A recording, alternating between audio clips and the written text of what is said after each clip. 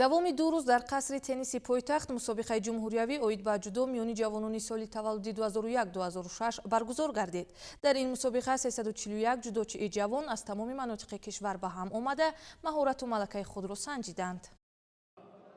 толори қасри тенниси шаҳри Душанбе тӯли 2 рӯз майдони рақобатҳои паҳлавонони ҷавон оид ба ҷудо гардид. мусобиқаи ҷумҳуриявӣ маҳз барои паҳлавонони солҳои таваллудашон 2001-2006 пешбинӣ гардида буд ва аз рӯи 7 вазн рақобатҳо сурат гирифтанд.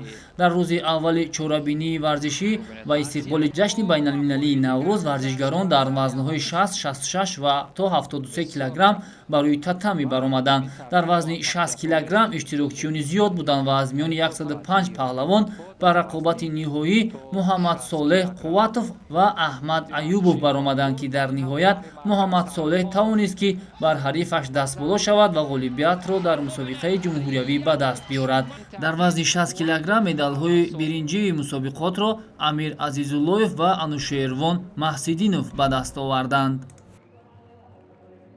бо 7 рақиби худ хозмоӣ кардам, дар ҳамаҳо пирӯз гаштам. сатҳи мусобиқа дар дараҷаи олӣ гузашт, ки ҳарифҳои манам ҳарифҳои хеле хуб буданд. мо тӯли ду вақт саҳарро бегон машқ мекардем ва ба ман ягон мушкилӣ наомад. дар вазни 66 килограмм бошад наздики 100 ҷудокори ҷавон зуру бозуи ҳамдигар санҷиданд. дар ин майдондорӣ ба Абубакр Шеров муяссар гардид, ки дар финал Фирӯзи Мелибойзодаро аз сари роҳи худ берун созаду нишони тиллоро ба гардан овезад. Сарвар Абдушукуров ва Файзиддин Садриддинзода зинаи сеюми ифтихориро моли худ сохтанд. дар ҳамаи мусобиқаи ҷудо рақобатҳо дар вазни 73 килограмм шадиду ҷолиб сурат мегиранд. ҷавонони вазни 73 килограмм дошта низ дар ин майдони нерӯсанҷӣ кам набуданд. Масъуди Аҳмадҷон ва Субҳиддин Халилзода баъд аз шикаст додани рақибони худ дар даври ниҳоии мусобиқа қарор гирифтанд. рақобати ин ду ҷудокори ҷавон шадид сурат гирифт ва дар ниҳоят Масъуди Аҳмадҷон аз муваффақияти худ истиқбол кард. Субҳиддин Халилзода бошад зинаи дуюмро ба даст овард. Ғаниҷон Ғаниев ва Муҳаммад Саъдуллоев бошад болои сурфаи ифтихории сеюм баромаданд. дар рӯзи дуюми мусобиқаи ҷумҳуриявӣ оид ба ҷудо миёни ҷавонон варзишгарони вазни 81, 90 то 100 ва ҷамъи 100 килограмм ба майдони диловарӣ баромаданд. дар вазни 81 килограмм дастпарварони ду мактаби гӯштини кишвар вилояти Суғд ва шаҳри Душанбе ба финал роҳ ёфтанд. Муҷиб Меҳробҷонзода, ки дастаи вилояти Суғдро намояндагӣ мекард, бар Суннатулло Луиқов бо 2 вазари ғалаба карда ғолиби мусобиқаи ҷумҳуриявӣ гардид. Саидраҳим Раҳимов аз ноҳияи Дарвоз ва Туйчибек Шарифов аз Душанбе сари синаҳои худро бо нишонҳои биринҷӣ оро доданд. рақобат дар вазни 90 килограмм низ байни паҳлавонон ҷолиб сурат гирифт. Муин Орипов баъд аз мағлуб кардани рақиби даври ниҳоии худ Раҳматулло Мирзоев мақоми аввалро ба даст овард. Баҳодур Бобохонов ва Муҳсин Малаев дар ин вазн зинаҳои сеюмро ба даст оварданд.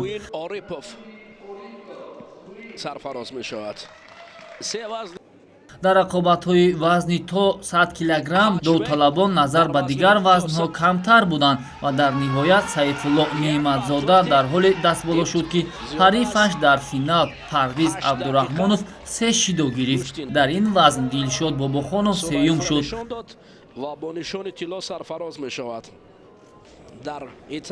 дар рақобатҳои вазни ҷамъи 100 килограмм бошад вохӯрии даври тақдирсоз миёни Давлатҷон Назриев аз вилояти Хатлон ва Толибҷон Тоҳиров бисёр шадиду диданӣ баргузор шуд, ки дар ниҳоят дастпарвари мактаби ҷудои вилояти Хатлон ғолибиятро ба даст овард. Иброҳим Элмуродов бо Ҷаҳонгир Ҳайдарзода болои сурфаи ифтихории сеюм бар шуданд. ёдовар мешавем, ки дар мусобиқаи ҷумҳуриявии ҷудо байни ҷавонон дар маҷмӯъ 341 варзишгар ширкат дошт ва мусобиқа бо мақсади мукаммал сохтани ҳайати мунтахаби ҷавонони ҷудои кишвар ташкил карда шуд. Ба иттилои Федератсияи ҷудои Тоҷикистон, дар Италия имсол дар байни ҷавонони ҷудокор чемпионати ҷаҳон баргузор мешавад, ки мунтахаби кишвари мо аз ҳисоби ғолибони ин мусобиқа мукаммал гардонида мешавад. имрӯз варзишгаро хеле хуб خیلی پرقوت بودن و خیلی هم مشکل بود قطعا اونها گوشتین گرفتن. ما شاد هستیم که فدراسیا جودوی تاجیکان برای ما هم خیلی مسابقه ها را سرپرست میگم.